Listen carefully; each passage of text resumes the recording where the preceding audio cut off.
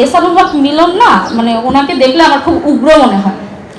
ওনার আচার ব্যবহার এরকম যে উনি একাই সুপিরিয়র আর বাংলাদেশের সবাই হচ্ছে গিয়ে চিটার বাটপার। আসলে শিক্ষাটা আমাদের শিক্ষার্থীদেরকে নিয়ে প্রশ্ন আসে না, শিক্ষাটা আসে হচ্ছে গিয়ে এসানুল হক মিলনের নিজের শিক্ষা নিয়ে। যে আপনার কি শিক্ষা যে আপনি এরকম টাইপের ওয়ার্ডস এবং এরকম টাইপের ল্যাঙ্গুয়েজ প্রাইভেট ইউনিভার্সিটির স্টুডেন্টদের ক্ষেত্রে ব্যবহার করেন।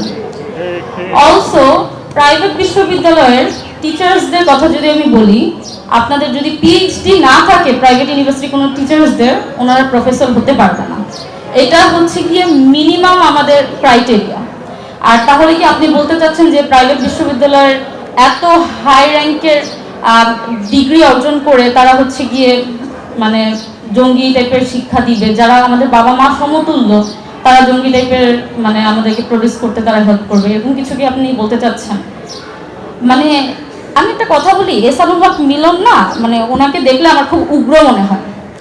ওনার আচার ব্যবহার এরকম যে উনি একাই সুপিরিয়র আর বাংলাদেশের সবাই হচ্ছে গিয়ে চিটার বাটপার। মানে উনি একাই হচ্ছে পিওর সোল, বাকি সব হচ্ছে চিটার বাটপার দিয়ে ভরা।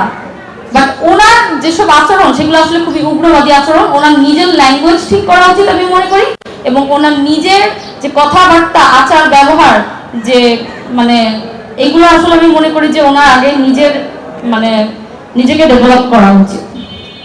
এটা একটা কথা। এরপরে আমি যে বিষয়টা নিয়ে